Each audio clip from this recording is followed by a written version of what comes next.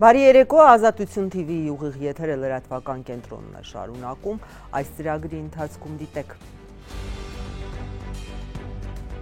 2026-ի բյուջեի նախագիծը նախընտրական դիրքավորումների հարթակ, վարչապետը բացահայտում է իշխող ուժի մարտավարությունը։ Հայաստանի Հանրապետության ժողովուրդը իր ընտրությամբ պետք է տեր կանգնի խաղաղությանը։ Հաստատվելու է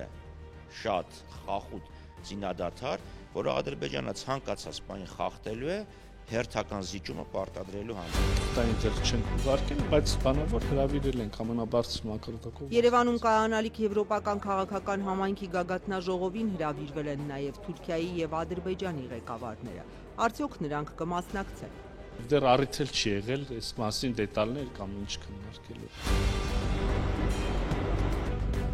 Արարատ Միրզոյանն առաջիկայում Հայաստան-Թուրքիա երկխոսության շատ շոշափելի արդյունքներ է ակնկալում։ Այնքան շոշափելի, որ այստեղ ներկա որևէ մեկի մոտ կասկած չթողի, թե մենք հենց այդ շոշափելին նկատում ենք։ Հովանավանք Մայրաթոռի քահանայի մուտքն արգելելուց հետո փաստաբանը հանցագործության մասին հաղորդում է պատրաստում նաև վարչապետի եւ ոստիկանների դեմ։ Ադրբեջանական պատվիրակությունը չի մասնակցի Եվրանեստի երևանյան նիստին։ Ռուսական ստորաբաժանումները մտել են ուկրաինական Պոկրովսկ։ Խորհրդարանական ընտրություններից 7 ամիս առաջ վարչապետը բացահայտում է, ինչ ծրագրով է քաղաքացիական պայմանագիրը մասնակցելու Գալիկ Քարոզարշավին։ Դիմելու են ժողովրդին տեր կանգնելու խաղաղությանը։ Ընդդիմադիրները տարակուսած են, հայ-ադրբեջանական խաղաղության պայմանագիրը ստորագրված չէ, միայն նախաստորագրված է, իսկ այն պայմաններում, երբ Հայաստանի իշխանությունը խոսում է արդեն հաստատված խաղաղության մասին, Ադրբեջանը չի հրաժարվում Հայաստանի սահմանադրությունը փոխելու նախապայմանից, բացի այդ, Բաքվի բանտերում 2 տասնյակից ավելի հայ գերիներ է պահում։ Նիկոլ Փաշինյանն այսօր ազգային ժողովում էր հաջորդ տարվա բյուջեի նախագծի քննարկումներին մասնակցելու համար։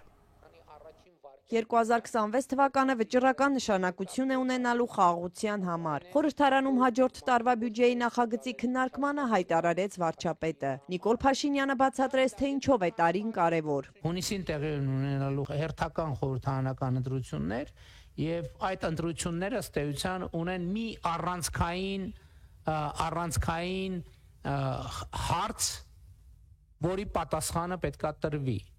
Եվ Հայաստանի Հանրապետության ժողովուրդը իր ընտրությամբ պետք է տեր կանգնի խաղաղությանը։ Սա ըստ էության այդ առաջիկա ընտրությունների առանցքային քաղաքական իմաստը եւ նպատակն է։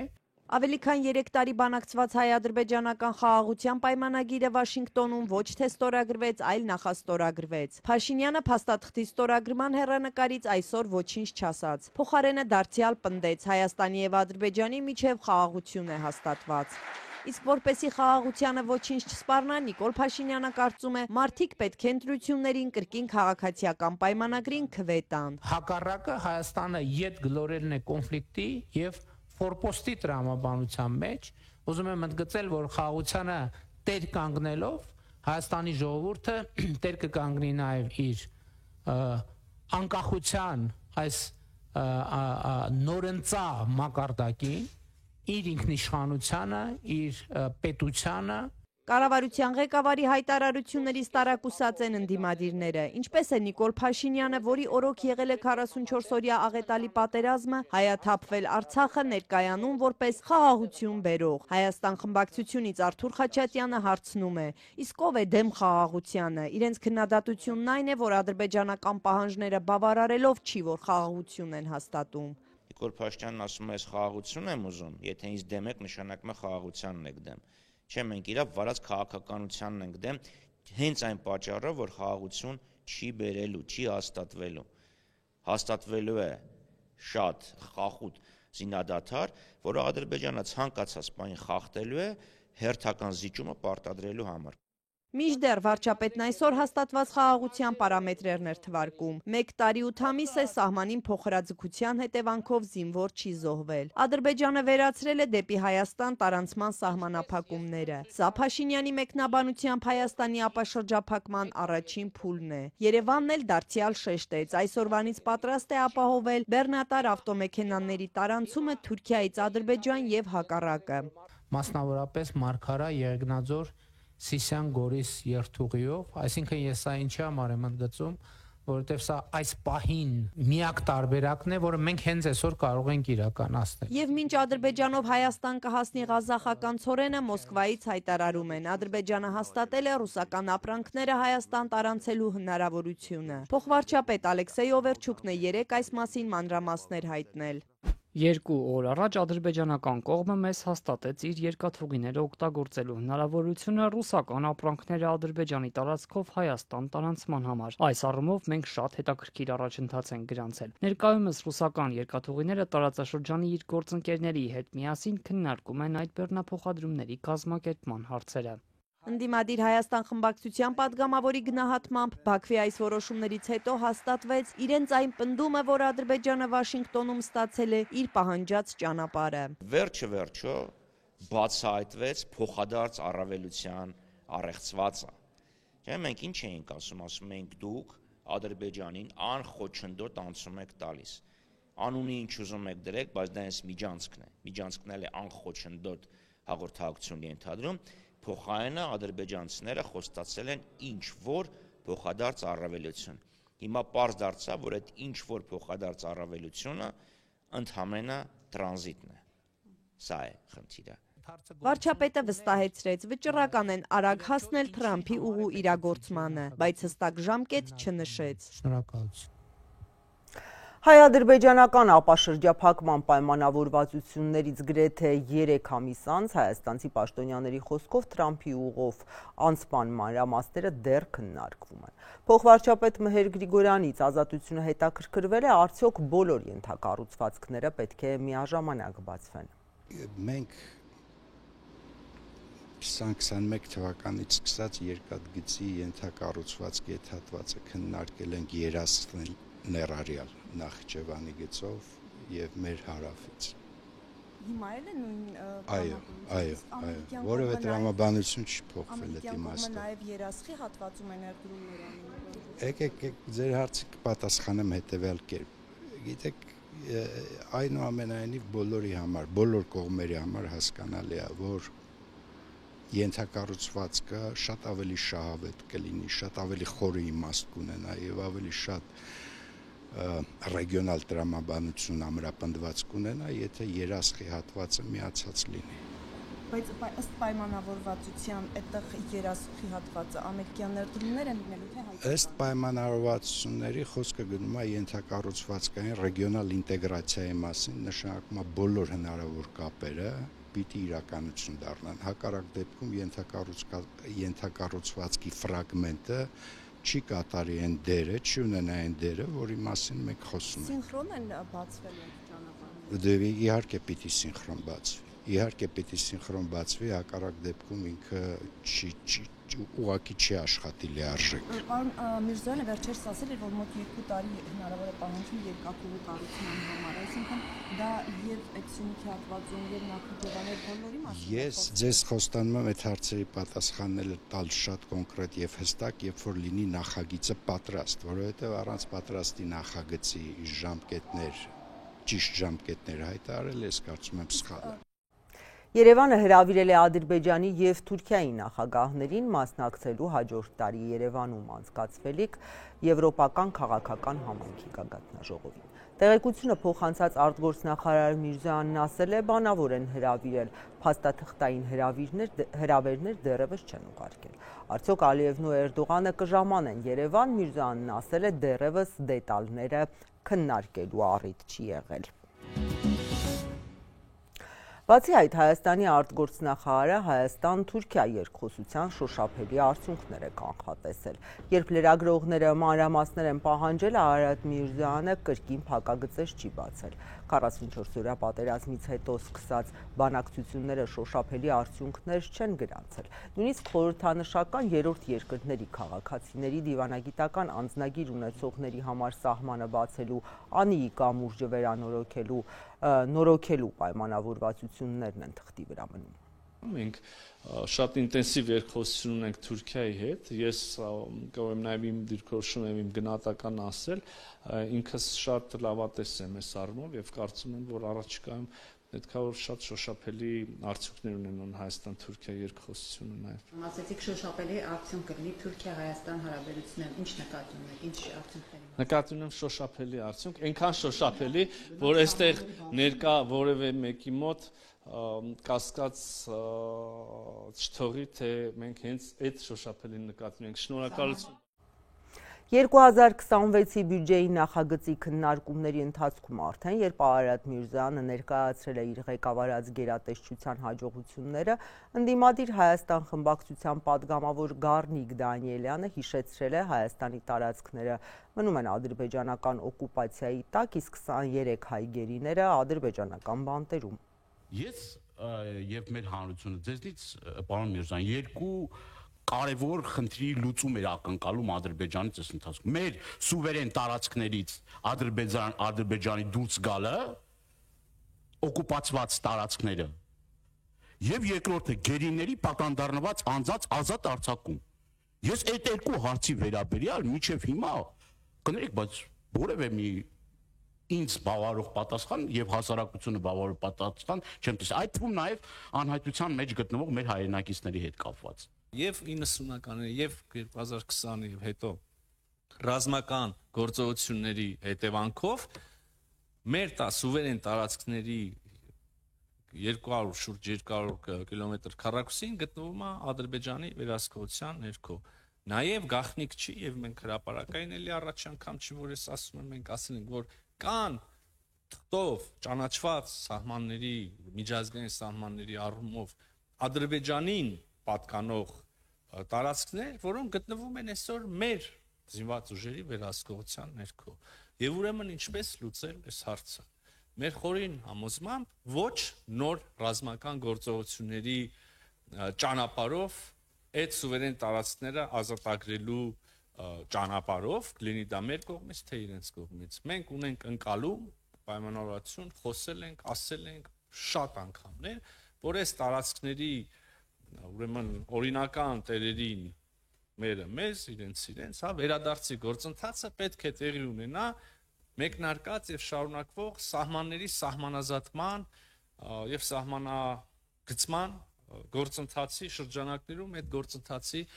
արդյունքում։ Ինչ վերաբերում է գերիներին, ես կարող եմ իհարկե ասել, որ պատանդառված անձանց ազատ արձակումը մեր ամենօրյա համարյա աշխատանքն է, մեր ամեն միջազգային շփման մեջ դա իր առանձին դեր ունի եւ առաջի հերթին Ադրբեջանի հետ խոսակցության մեջ դա առաջնային տեղ ունի, բայց դա կարող է հնչել որպես շաբլոն նախադասություն,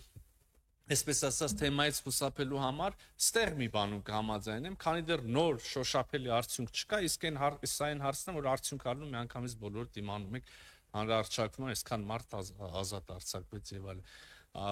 Չեմ ուզում, քանի դեռ հերթական, բայց հերթական, եւ սա շատ առանցքային է, որտեղ ըստ չի եղել որևէ արդյունք, քանի դեռ հերթական արդյունքը չկա, շոշափելի գործողությունը չկա, չեմ ուզում այդ շաբլոն նախադասությունը ասեմ, բայց նաեւ կխնդրի եւ կակնկալե, որ մեր ջանքերը այս ուղղությամբ ոչ մեկ կասկածի տակ չդնի, մենք ոչ պակաս քան դուք շահագրգռված ենք այս հարցի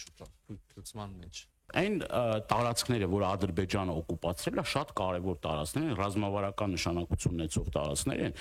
եւ մեր ասածը հետեւյալն է. եթե մենք ասում ենք սահմանազատում ու սահմանագծում, ուրեմն Ադրբեջանը այդ օկուպացված տարածքներից վերջին ռազմական գործողությունների ժամանակ պետք է, չգիտեմ, եթե բարի կամքի դրսևորում ասեմ, թե ինչ ասեմ, պետք է առաջին այդ տարածքներից ինքը հեռանա։ Նոր այդ սահմանազատման, սահմանագծման գործընթաց, ոչ թե մենք անդադ սահմանազատման, սահմանագծման արդյունքում Ադրբեջանի զիջենք, բայց ինքը այդ տարածքներից հետ քայլ չկատարի։ Սա նորմալ չի, սա ճիշտ չի։ Հիմա բուն բյուջեի մասին, որը իշխանության համար նաև նախընտրական է լինելու։ Ուստի ինչ էին խոստացել 2021-ին, դրանից ինչն է, որ իրականություն է դարձել, ինչը թղթի վրա գեղեցիկ ձևակերպած խոստում մնացել։ Հարգելի գործընկերներ, Հայաստանում աղքատության տոկոսը շարունակում է մնալ բարձր։ Վարչապետ Փաշինյանն ազգային ժողովում պետական բյուջեի նախագիծը ներկայացնելիս ընդունեց կառավարության հասցեին գլխավոր քննադատություններից մեկը։ Չնայած տնտեսական աճին, ֆինանսական ու աշխատաշուկային առնչվող տարատեսակ ռեկորդների մասին պնդումներին, աղքատության մակարդակը նվազեցնել չի հաջողվում 23.6% վերջին տվյալներով։ Մինչդեռ 2021-ին իրենց գործունեության հնգամյա ծրագրում խոստացել էին այն կրկնակի նվազեցնել։ Մենք ցույց ենք տալիս մի կողմ տնտեսական աճ, փողի մեծ շրջանառություն Հայաստանի Հանրապետությունում, բայց մենք աղքատության էական նվազում չենք ունենում։ Ես շատ մտածել եմ այդ երևույթի մասին։ Գիտեք ինչն է դրա պատճառը։ Իմ համոզմամբ դպրոցների ավերակներն են դրանց պատճառը։ Արդեն 7 տարի Հայաստանը կառավարող Փաշինյանը, սակայն այս դեպքում էլ իր խոսքը լրացրեց արդեն սովորական դարձած թեզով։ Նախկիններն են մեղավոր։ Դա նրա պատճառով է, որ դուք ավերել եք դպրոցները, այսինքն ոչ թե ավերել եք, այլ ավերակ են եղել դպրոցները ձեր ժամանակ։ Կառավարությանը ոչ միայն չի հաջողվել այս խոստումն իրագործել, այլև գոնե վերացնել ծայրահեղ աղքատությունը։ Ըստ պաշտոնական վիճակագրության ավելի քան 30,000 մարդ բավարար մթերք ձեռք բերել չի կարողանում։ Թերսնված է, ամսական 30,000 դրամից էլ քիչ է ծախսում։ Հնգամյա ծրագրով հաստատված սոցիալական մի շարք այլ հիմնական թիրախներ նույնպես թղթի վրա են մնացել։ Նվազագույն աշխատավարձը 85,000 դրամի հասցնել չի հաջողվել։ Միջին կենսաթոշակը սպառողական զամբյուղից առայժմ շատ հեռու է։ Ցանկը շարունակելի է։ Այս պայմաններում պետական բյուջե 2026-ը թերևս հնգամյա ծրագրով տրված խոստումներն իրականացնելու գործադիրի վերջին հնարավորությունն է։ Ընդհանուր առմամբ հաջորդ տարի կառավարությունը նախատեսում է շուրջ 9.5 միլիարդ դոլար ծախսել, ավելի քան 5%-ով շատ, քան այս տարի։ Ֆինանսավորման մակարդակով բացարձակ առաջատարը աշխատանքի եւ սոցիալական հարցերի նախարարությունն է։ 2026-ին նախատեսում են մոտ 2.6 միլիարդ դոլար հատկացնել։ Առյուծի բաժինը 1.5 միլիարդը կուղվի կենսաթոշակներին։ Ազգային ժողովում քննարկվող նախագիծը վկայում է, այս կառավարությանն այլևս չի հաջողվի իրագործել խոստումն ու միջին կենսաթոշակը սպառողական զամբյուղին հավասարեցնել։ Հայաստանի շուրջ կես միլիոն կենսաթոշակառուները այժմ միջինը 49,000 դրամ են ստանում։ Նվազագույն սպառողական զամբյուղի վերաբերյալ երկու վիճակագրություն է վարվում։ Մեկն ըստ Համաշխարհային բանկի մեթոդաբանության, մյուսն ըստ առողջապահության նախարարության տվյալների։ Առաջին հաշվարկով 2024-ի վերջին եռամսյակում այն 61,000 դրամ է կազմել, մյուսով 76,000 դրամ։ Այսինքն միանգամից առնվազն 12,000 դրամի ավելացում էր պետք հաշվարկներից մեկին հասնելու համար։ Գործադիրն անկանխիկ առևտրի դիմաց հետվճարի չափը մեծացնելու ճանապարհով է գնում։ Ազդարարում են, որ ներկայիս 12%-ի փոխարեն թոշակառուները իրենց անկանխիկ գործարքների 20%-ի չափով քեշբեք կստանան, սակայն առավելագույնը 10,000 դրամ։ Մաթեմատիկայի խորացված գիտելիքներ պետք չեն հաշվելու համար, որ միջին կենսաթոշակը սպառողական զամբյուղին չի հասնի։ Այս խոստումն այդպես էլ չիրագործած կառավարության ղեկավարը փոխարենը հայտարարեց մի նոր ծրագրի մասին։ Նախընտրական 2026-ին քեշբեք կստանան արդեն բոլոր քաղաքացիները իրենց անկանխիկ գործարքների 2%-ի չափով։ Առողջության համապարփակ ապահովագրության լայնորեն գովազդված համակարգը հաջորդ տարվանից ըստ կառավարության կսկսի գործել։ Ընդհանուր առմամբ առողջապահության նախարարությանը մոտ 550 միլիոն դոլար են նախատեսում հատկացնել, գրեթե 27%-ով ավելի շատ այս տարվա համեմատ։ Տարածքային կառավարման եւ ենթակառուցվածքների նախարարության ֆինանսավորումը նախատեսում են մոտ 850 միլիոն դոլարի հասցնել։ Զուտ թվերով կաճի նաեւ Արցախից տեղահանվածներին տրամադրվող աջակցությունը։ Նախատեսում են ավելի քան 140 միլիոն դոլար տրամադրել։ Այս տարվա բյուջեով 91 միլիոն էին նախատեսել։ Այս տարվա համեմատ պակաս ֆինանսավորվող ուղղություններ էլ կլինեն։ Ամենակննարկվողը պաշտպանական բյուջեի ավելի քան 15%-ով կրճատումն է։ Հաջորդ տարի նախատեսում են մոտ 1.5 միլիարդ դոլար հատկացնել, 265 միլիոնով ավելի քիչ։ Իդեպ 17 միլիոն դոլարով կամ 20%-ով կկրճատվի գիտության ֆինանսավորումը։ Փոխարենը ծրագրում են 13 միլիոն ուղղել ակադեմիական քաղաքի կառուցմանը։ Եթերում Ազատության լրատվական կենտրոնն է, մեր լուրերին կարող եք հետևել նաև Ազատության տելեգրամյան ալիքում, իսկ այս ծրագրի երկրորդ մասում առաջարկում եմ դիտել։ Հովանավանք Մայրաթոռի քահանայի մուտքն արգելելուց հետո փաստաբանը հանցագործության մասին հաղորդում է պատրաստում նաև վարչապետի եւ ոստիկանների դեմ։ Ադրբեջանական պատվիրակությունը չի մասնակցի Եվրանեստի Երևանյան նիստին։ Ռուսական ստորաբաժանումները մտել են ուկրաինական Պոկրովսկ։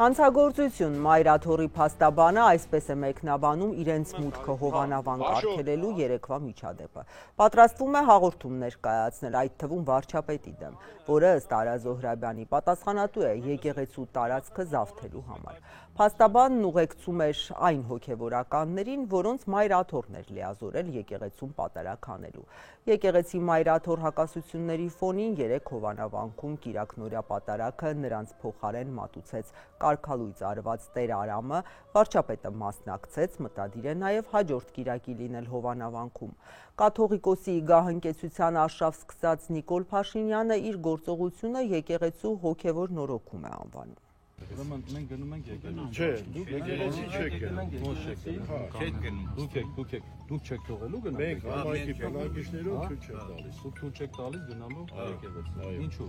Որտեղ մենք եկեղեցուն պատարակ կա։ Հանցագործություն հենց օրենքի պաշտպանների, ոստիկանների ու քննչական մարմնի անմիջական օգնությամբ։ Երեկվա միջադեպին Մայրաթորի փաստաբան Արա Զոհրաբյանի գնահատականն է։ Նա հանցագործության մասին հաղորդում կուղարկի իրավապահներին, վարչապետի ու բարձրաստիճան ոստիկանների դեմ։ Պնդում է հենց նրանց թողտվությամբ են խոչընդոտել իրենց տեղաշարժը, Մայրաթորին արգելել մտնել իր իսկ տարածք ու իրեն պատկանող եկեղեցում ծես անցկացնել։ Սա հանցագործություն է, ոստիկանությունը դրսևորեց իրավախախտ անգործություն, որ ոստիկանությունը չապահովեց մեր ազատ տեղաշարժվելու իրավունքը, անկախ նրանից ես որպես քաղաքացի իրավունք ունեմ Հայաստանի տարածքով տեղաշարժվել եւ որևէ մեկ իրավունք չունի իմ ճանապարհը փակելու։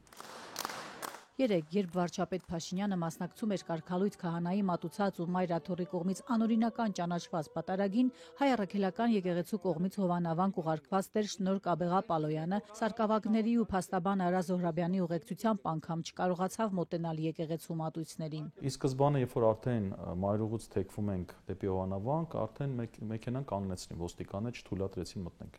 Երբ նույն պահին Տեր Տարոն անունով այդ քահանան, որը իրեն է կանգնեցրեցին, ասեց Տեր Արամը ինձ թույլ է տվել, իրեն թողեցին մտավ։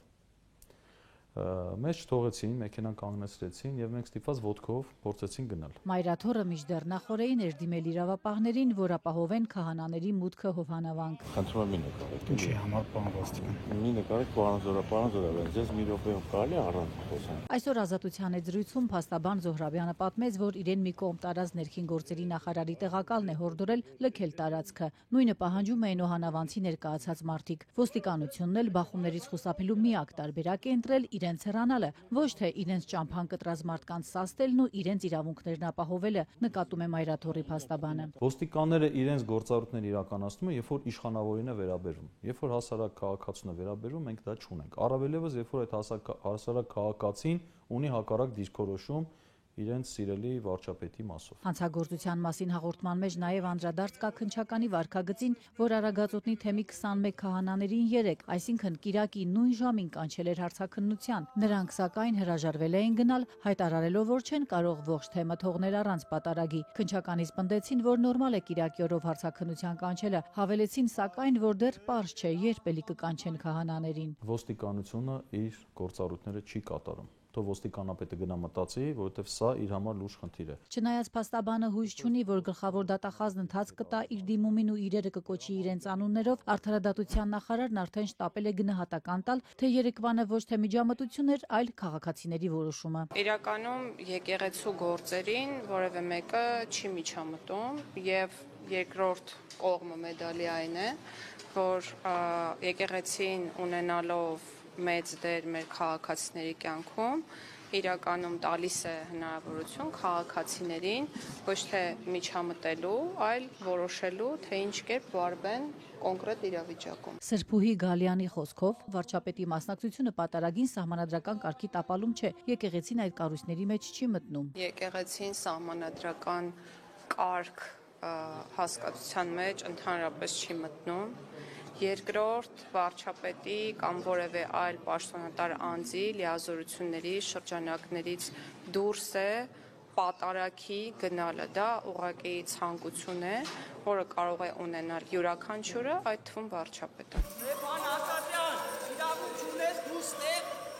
Գալյանն անդրադարձավ նաև 3 քաղաքացու բերանը փակելուն, պնդեց, թե չի տեսել համացանցում կայծակնային տարածված կադրերը, բայց եթե կա բռնարարք, իրավապահները պետք է միջոցներ ձեռնարկեն։ 3 եկեղեցուց դուրս էին հանել մի քաղաքացու, որը համարձակվել էր այլ տեսակետ հնչեցնել։ Նրա բերանը շատ արագ փակեցին, երբ հայտարարեց։ Ստեփան Ասատրյանը, նույն ինքը կարգալույց հռչակված էր Արամը, իրավունք չունի պատարագ մատուցելու։ Ազատությունը հարցեր է ուղղել ներքին գործերի նախարարությանը, թե ինչու 3 ոստիկանությունը չի ապահովել օրինական քահանաների ու փաստաբան Արա Զոհրաբյանի մուտքը Հովանավանք, ինչու չի պահպանել նրանց իրավունքները, պատասխան դեռ չունենք։ Միայն փոխանցեցին, որ կարգալույց եղած քահանայի անվտանգության համար իրենք ոստիկաններ չեն տրամադրել։ Օրենքով ոստիկանությունը ապահովում է կոնկրետ քաղաքացու անվտանգությունը, եթե քրեական գործի շրջանակում կա վտանգ։ Մամուլն էր պատարագն անցկացնող նախկին քահանայի շուրջը այսպես կոչված թիկնապահներ նկատել։ Հիմա տեղափոխվենք Գյումրի, որի քաղաքապետի 2 մեղադրանքներին ևս մեկն ավելացավ անցած շաբաթ։ Մեղադրանքի հիմքում Միութենական պետությանը Հայաստանի անդամակցության մասին Ղուկասյանի պնդումներն են։ Ընդ որում ամիսներ առաջ նույն հայտարարությունը քրեական գործի առիթ չէր դարձել։ Ղուկասյանի փաստաբանը հարցնում է, եթե կարծիքի համար քրեական գործ է հարուցվում, ուրեմն Հայաստանը Եվրամիության կազմում տեսնողներն էլ պետք է հետապնդվեն։ Գյումրիի քաղաքապետին առաջադրված նոր մեղադրանքով նախադեպ է ստեղծվում մարդուն քրեական հետապնդման ենթարկել իր կարծիքը բարձրաձայնելու համար։ Ահազանգում է անցած շաբաթ կոռուպցիոն մեղադրանքով կալանավորված Վարդան Ղուկասյանի փաստաբանը։ Շաբաթ օրը Ղուկասյանի քրեական հոդվածներին ևս մեկն ավելացավ։ Այս անգամ իշխանությունը զավթելու, սահմանադրական կարգը բռնի տապալելու կոչը։ Իսկ մեղադրանքն առնչվում է անցած ամիս Ղուկասյանի լրագրողների հետ ճեպազրույցում արտահայտած մտքերին, թե որ միության կազմում է ինքը տեսնում Հայաստանը։ Մարդը կարծիք է հայտնել, որ ըստ էության այդ միությանը ինքը կողմ է, որ Հայաստանն էլ անդամակցի, պահպանելով Հայաստանի անկախությունը։ Բացառապես այդ կարծիքն է մեղադրանքի հիմքում։ Հարցազրույցներում տրված այդ հարցերի տրված պատասխանները նախաքննական մարմինը որակել է որպես հանցավոր, գտնելով, որ իբր Վարդան Ղուկասյանը Հայաստանի անկախությունից հրաժարվելու կոչեր է հնչեցնում։ Վարդան Ղուկասյանն այս նույն դիրքորոշումը հայտնել էր նաև ամիսներ առաջ, օրինակ համայնքապետ ընտրվելու, հետո իր պաշտոնամուտի օրը։ Կողմ եք, թե ոչ Միութենական պետությանը։ Կողմ եմ։ Բելարուսի սկզբունքով։ Գարնանը որևէ քրեական վարույթ չէր հարուցվելու, Ղուկասյանի կարծիքը չէր դիտարկվել որպես ինքնիշխանությունից հրաժարվելուն ուղղված հրապարակային կոչ։ Իմի բերելով ժամանակագրությունը փաստաբաններն անմիջական կապ են տեսնում Ղուկասյանին հանրային ու քաղաքական դաշտից դուրս շպրտելու վարչապետի հայտարարության ու մոտ 1 ամիս անց հարուցված քրեական վարույթի միջև։ Նախաքննական մարմինը ամիսներ անց, որտեղ այդ հարցազրույցները մինչև վարչապետի ազգային ժողովում ունեցած հայտնի ելույթն է հնչեցվել։ Հիմա ամիսներ անց բռնեցին, գտան, որ դա էլ է հանցագործություն, մեղադրանք առաջադրեցին անձին իր արտահայտած կարծիքի համար։ Իրավաբանորեն կորակեն որպես քրեական հետապնդում ազատ խոսքի եւ կարծիքի համար։ Ուրիշ ոչինչ։ Անցած շաբաթը, երբ խորհրդարանում վարչապետին իր թիմակիցներից մեկը Վարդան Ղուկասյանի նկատմամբ հետապնդման մասին հարց տվեց, Փաշինյանը հորդորեց Գյումրիի ընդդիմադիր քաղաքապետի հետ տեղի ունեցածը կապել ոչ թե իր, այլ հենց Վարդան Ղուկասյանի գործողությունների հետ։ Ասում են Վարդան Ղուկասյանը ձերբակալվել է իմ մտքերի պատճառով։ Իմ մտքերի Վարդան Ղուկասյան ձերբակալվել է իր մտքերի եւ գործողությունների պատճառ։ Իմ միտքը ինչ կապ ունի այդտեղ։ Իմ միտքը կարող օգտագործվի իմ դեմ։ Իմ միտքը ո՞նց կարող օգտագործվի ինչ որ մեկի դեմ։ Մինչդեռ փաստաբանը համեմատում ու հարցնում է, իսկ Եվրամիությանն անդամակցելու մասին օրենքի նախաձեռնողների նկատմամբ ինչու քրեական վարույթ չի հարուցվում։ Դրանից մի որոշ ժամանակ առաջ Եվրամիությանը անդամակցելու օրենք չընդունեց Հայաստանի Հանրապետությունը։ Երկուսն էլ միություն են, ինչ տարբերություն։ Ոնց եղավ, որ այդ միությանը անդամակցելու շուրջ Վարդան Ղուկասյանի կարծիքը հանցավոր է, բայց Եվրամիությանը անդամակցելու կապակցությամբ օրենք ընդունողները հանցավոր չէ։ Արդեն 1 շաբաթ անազատության մեջ գտնվող Ղուկասյանին այսօր փաստաբանները տեսակցել չեն կարողացել։ Կենտրոն քրեակատարողական հիմնարկ փաստաբաններից մեկի մուտքն արգելվել է։ Խոչընդոտեցին ըստ էության Առնոտ Վարդանյանի փաստաբանի մուտքը Վարդան Ղուկասյանի մոտ, սա էլ ճշմարտ եւ ապօրինության մեկ այլ իրավիճակ է, երբ արդեն կոնկրետ պաշտպանության իրավունքին է խոչընդոտում Վարդան Ղուկասյանը։ Անցած շաբաթվա իրադարձություններից հետո Ղուկասյանից ու քաղաքապետարանի մի շարք պաշտոնյաներից բացի եւս 41 մարդ է մեղադրյալի կարգավիճակում հայտնվել։ Անցած երկուշաբթի քաղաքապետին ձերբակալելու համար Գյումրի բերված մեծաթիվ ոստիկանների ու քաղաքապետարանի դիմաց հավաքված Ղուկասյանի աջակիցների միջև բախում եղավ։ Քննչական կոմիտեն հենց նույն օրը վարույթ հարուցեց զանգվածային անկարգությունների ու գործի քննությանը միջամտելու հոդվածներով։ Այս մի գործով արդեն 24 մարդ է կալանավորվել, 15-ը տնային կալանքի տակ է, մեկը վարչական հսկողության։ Փաստաբան Արամայիս Հայրապետյանը այս գործով եւս վստահորդներ ունի ու կարծում է, սա մեսիջ է հանրությանը։ Դա ըստ էության ոչ թե պայմանավորված է այդ ինքնաբուխ շտաբ հավաքի մասնակիցների վարկագծով, այլ սա մեսիջ է ամբողջ հանրությանը, սա իմ կարծիքն է եւ իմ համոզմունքն է, որ սա մեսիջ է ամբողջ հանրությանը, որ իշխանությունը պատրաստ է ճնշելու ցանկացած այլախոհություն կամ ցանկացած բողոքի ցույց, որը հաջող չի լինի իշխանական օրակարգին։ Այս գործով կալանավորվածների թվում են նաև քաղաքապետ Վարդան Ղուկասյանի եղբոր թոռները, կանավագանու անդամներ, քաղաքապետարանի պաշտոնյաներ, կոմունալ բաժնի աշխատակիցներ, վարորդներ ու հավաքարարներ։ Շաբաթվա վերջին ձերբակալված կրթության բաժնի 3 կին աշխատակիցներն, այդ թվում ԿՊ-ական падգամավոր Կարեն Սարուխանյանի զոքանչը, տնային կալանքի տակ են։ Գործում մեղադրյալ ներգրավված մեկ անչափահասի նկատմամբ խափանման միջոց է կիրառվել կալանքը, մյուս անչափահասը տնային կալանքի տակ է։ Այսօր հոկտեմբերի 27-ի ոճրագործության 26-րդ տարելիցն է։ 1999 թվականին Նայիրի Հունանյանի հանցախումբը ներխուժելով ազգային ժողով սպանեց խորհրդարանի խոսնակ Կարեն Դեմիրճյանին, վարչապետ Վազգեն Սարգսյանին, խորհրդարանի փոխնախագահներ Յուրի Բախշյանին և Ռուբեն Միրոյանին, падգամավորներ Արմենակ Արմենակյանին, Միքայել Քոթանյանին, Հենրիկ Աբրահամյանին և նախարար Լեոնարդ Պետրոսյանին։ Եվս 8 հոգի վիրավորվեց։ 2023-ին դատարանը Հունանյանին և նրա հանցախմբի 5 անդամներին դատապարտեց ցմահ ազատազրկման։ Հանցախմբի եւս մեկ անդամ դատապարտվեց 14 տարվա ազատազրկման։ Բարձրաստիճան պաշտոնյաները վարչապետի գլխավորությամբ այսօր հարգանքի տուրք են մատուցել ոճրագործության զոհ դարձած պետական և քաղաքական գործիչների հիշատակին։ Չնայած Փաշինյանի իշխանության գալուց կարճ ժամանակ անց գործը վերաբացվեց, բայց զոհերի հարազատները, ինչպես տարիներ առաջ, այսօր էլ ոճրագործությունը դեռ ամբողջությամբ բացահայտված չեն համարում, մասնավորապես պատվիրատուների մասով։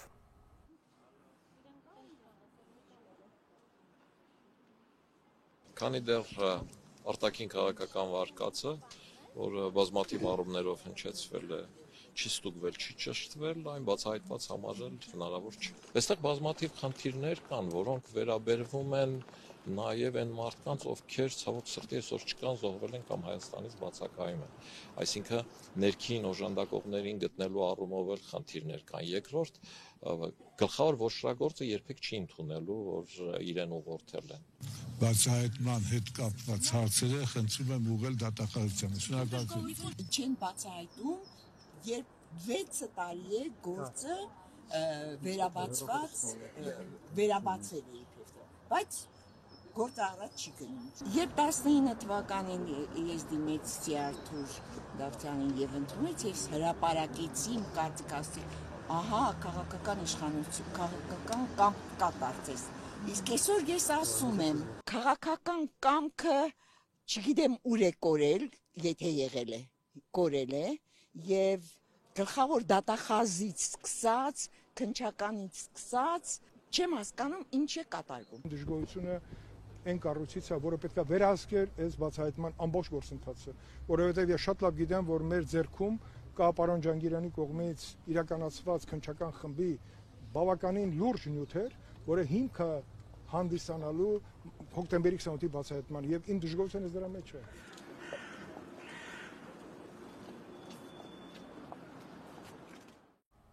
Մինչ ռուսաստանյան մաքսային խստացումներից դժգոհ բեռնատարների վարորդները կրկին կառավարության առաջ էին, պաշտոնյաները էլի նույն պատասխանն էին տալիս, նրանց հարցը քննարկում են։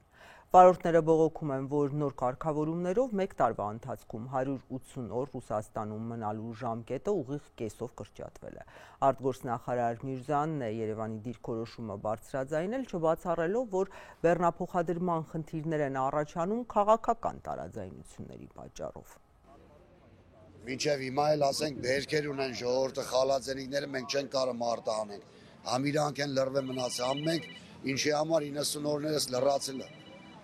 Բանկային հարցեր ունենք, պետք է աշխատենք, բերենք, վերջը մենք հարկեր տուրքերն էլ պետք է տանք, ու տվել ենք տալիս ենք։ Խնդրում ու պահանջում ենք 24 ժամվա մեջ մեր հարցին հստակ պատասխան տան։ Ոնց հասկանում ենք, մեր խնդիրը այդպես էլ լուծում չստացավ։ Հավաքվել ենք կառավարության առաջ նամակ փոխանցելու համար, հենց դիտավորյալ քիչ ենք հավաքվել ավելորդ աղմուկից զերծ մնալու համար։ Լուծման տարբերակ ենք առաջարկում, մեր ղեկավարությունը դիմի պատկան մարմինների Ռուսաստանի Դաշնության, որպեսզի ժամանակավորապես կասեցնեն օրենքի կիրառումը, համենայն դեպս գոնե վարորդների մասով, որտեղ ուղղակի կաթվածար անելու մեր արտահանումներն են, ներմուծումներն են, որտեղ վարորդների մեծ մասը արդեն մեծ մասը վախենում են մեկնել, եկել են Հայաստան, այլևս չեն ուզում գնալ, իսկ մոտ մի 100 վարորդ էլ արդեն ստացել են մուտքի արգելք։ Հետևաբար նոր տարվա շեմին սովորաբար ավելանում են արտահանում ներմուծումների քանակը ավելանում է եւ այս պահին ուղղակի վտանգ ունենք նաեւ հայկական ապրանքների արտահանելու մասով։ Իսկ եթե մենք հիմնավոր պատասխան չենք ստանա, մեր խաղաղ ակցիաները կշարունակվի։ Ինչպես եղավ մի քանի օր առաջ Բագրատաշենի մաքսային անցակետում, Բավրայում, Գոգավանում, մեքենաները կկանգնեն ճանապարհին, բեռնատարները։ Մենք մարդատար մեքենաների հետ գործ չունենք։ Երբ որ, չգիտեմ, մեր վրացի վարորդները, կազախ վարորդները, կիրգիզ վարորդները բարձած մտնեն Հայաստան եւ այդ խնդրի առաջ կանգնեն, այսինքն չկարողանան առաջանալ, միանշանակ զանգելու են իրանց պետություն, որ սենց խնդիր կա, վրացին զանգելու է, կիրգիզը զանգելու է, կազախը զանգելու է, արդեն համատարած մասշտաբային հարց է դառնալու։ Այսինքն կազախ գործընկերները դիմելու են, վրացիք դիմելու են, հայերը դիմելու են։ Հարցի լուծումը ոնց հասկանում ենք, այդպես պիտի լինի։ Մենակ մեզնով հարցի լուծում այս բան ոնց հասկանում եմ չի լինելու։ 90 օրը սա Ռուսաստանի Դաշնության սահմանած կարգավորումն է։ Մենք կարծում ենք, որ սա հակասում է ԵԱՏՄ կարգավորումներին, եւ սա մի թեմա է, որը այս պահին էլ քննարկվում է ռուսաստանյան մեր գործընկերների հետ, ընդ որում մի թեմա է, որը չի վերաբերում միայն Հայաստան-Ռուսաստան հարաբերություններին, այլ նաև վերաբերում է Ռուսաստան այլ երկրներ հարաբերություն ԵԱՏՄ մյուս անդամներին, այսինքն սա մի խնդիր։ Այս ուղղությամբ ջանքերը այլ են։ Հնարավոր տեսական խնդիր համար 2, երբ որ ապօրինի ձգձգումներ են արվում։ Սրան կարող են արձագանք լինել եւ դիվանագիտական ջանքերը, եւ կարան լինեն տարբեր ոլորտային գերատեսչությունների միջև կոնտակտներ եւ այլն, եւ արվում են, եւ հնդածս լուծվում են։ Բայց շատ ուղիղ եմ ուզում ասել, եթե մենք կարծում ենք, որ այդպես չի, բայց եթե տեսականորեն չի կարելի բացառել, որ այս հապաղումները այս կամ այն երրորդ կողմի կողմից, քննարկված երկրների կողմից ունեն որոշակի միտում, ունեն քաղաքական նշանակություն, կիրառվել իբրև լծակ Հայաստանի վրա այս կամ այն քաղաքական դիրքորոշման համար կամ այդ դիրքորոշման հասնելու համար։ Եթե սա է իմաստը, եթե որևէ երրորդ երկիր մեր բեռնափոխադրումները արհեստականորեն պիտի խոչընդոտի, որպեսզի մենք դառնանք ավելի, չգիտեմ, հակված այս կամ այն կարծիքին կամ ունենանք այս կամ այն վարքագիծը, ապա այս քաղաքականությունը թերևս այդքան էլ հեռանկարային չի, եւ երրորդ շերտը ես կուզեի առանձնացնել, մտածենք իրավիճակ, որ ոչ 90 օրն է խնդիր, ոչ արհեստական ձգձգում կա, որտեվ ուզում են մեր շանտաժի անել, ոչ արհեստական ձգձգում կա, որտեվ X երկրի մաքսավոր ուզում է կաշառք ստանա եւ այլ ուղակի են ինչ որ գրվում է թղթում, այս ապրանքը չի համապատասխանում այդ նկարագրին ինչ որ տարվում է։ Այդպիսի իրավիճակների համար իմ պատասխանն է, որ այստեղ չի կարող Հայաստանի Հանրապետության կառավարությունը անընդհատ վերցնի զանգի խնդրի ընդունել եւս 10 բեռնատար մի ապրանքի, որ այդքան էլ այդ ապրանքը չի եւ այլն։ Սա մի օրվա լուծում է, սա 10 օրվա լուծում է, սա մի ամսվա լուծում է, բայց երկարաժամկետ ռազմավարական առումով այս ճանապարհը մեզ ոչ մի լավ տեղ չի տանի եւ մեր տնտեսությանն էլ օգուտ չի լինի։ Ադրբեջանցի պատգամավորները չեն մասնակցի Երևանում վաղը մեկնարկող Եվրանեստ խորհրդարանական վեհաժողովի նիստին։ Ըստ Բաքվի դա Երևանում անցկացվելու պատճառով չէ, այլ որ Եվրախորհրդարանի փաստաթղթերն ու հայտարարությունները, որոնք Եվրանեստ խորհրդարանական վեհաժողովի գործունեության մի մասն են, ըստ ադրբեջանական պատվիրակության ղեկավարի հակասում են Ադրբեջանի ինքնիշխանությանը եւ տարածքային ամբողջականությանը։ Վաշինգտոնյան համաձայնություններից հետո Եվրախորհրդարանը հայտարարությամբ բարձր էր գնահատել Հայաստանի եւ Ադրբեջանի կառավարությունների վճռականությունը վերջ դնելու երկարատև հակամարտությանը։ Վերջում վստահություն էին հայտնել, որ այս մոտեցումը կնպաստի սահմանազատման առաջընթացին եւ մոտ ապագայում Ադրբեջանը դուրս կբերի իր զինված ուժերը Հայաստանի տարածքից։ Կառույցը նաեւ ընդգծել էր Ադրբեջանում պահվող հայ ռազմագերիների եւ տեղահանված Ղարաբաղի հայերի չլուծված խնդիրների կարգավորման անհրաժեշտությունը։ Եվրանեստը բոյկոտում է նաև Վրաստանի իշխող ուժը, վրացական երազանքն էլ բողոքում է Եվրոպական խորհրդարանի որոշ անդամների գործողություններից, մասնավորապես ընդդիմության ցույցերին նրանց մասնակցությունից։ Ռուս-ուկրաինական պատերազմի մասին Ռուսաստանի ցամաքային զորքերի որոշ ստորաբաժանումներ մուտք են գործել ռազմավարական նշանակություն ունեցող ուկրաինական Պոկրովսկ քաղաք, ինչը հաստատել է Կիևը։ Նախագահ Զելենսկին իրավիճակը բնորոշել է դժվարին, նշելով, որ քաղաքի ներսում եւ դրա շուրջը ընթանում են թեժ մարտեր։ Փարիզում մեկնարկել են Ֆրանսիայի նախագահ Էմանուել Մակրոնի տիկնոջը Բրիջիտ Մակրոնին սեքսիստական կիբեր հետապնդումների ենթարկելու, նրա գենդերային պատկանելիությունը կասկածի ենթարկելու մեղադրանքներով դատական լսումները։ Անցած տարի օգոստոսին Բրիջիտ Մակրոնը դատական հայց էր ներկայացրել, ինչին հաջորդել էին հետաքննություններն ու ձերբակալությունները, 10 մեղադրյալներից 2-ը կանայք են։ Ֆրանսիայի առաջին տիկինը լսումներին ներկա չի եղել։ Այս թողարկման համար այսքանն էինք պատրաստել, ես ձեզ հրաժեշտ եմ տալիս, լրահոսը թարմացվում է azatutsun.am կայքում, հետևեք, մեր աշխատանքին հետևեք նաև սոցցանցերի մեր էջերում, YouTube-ով դիտեք եւ կաբելային ալիքներով հաջողություն։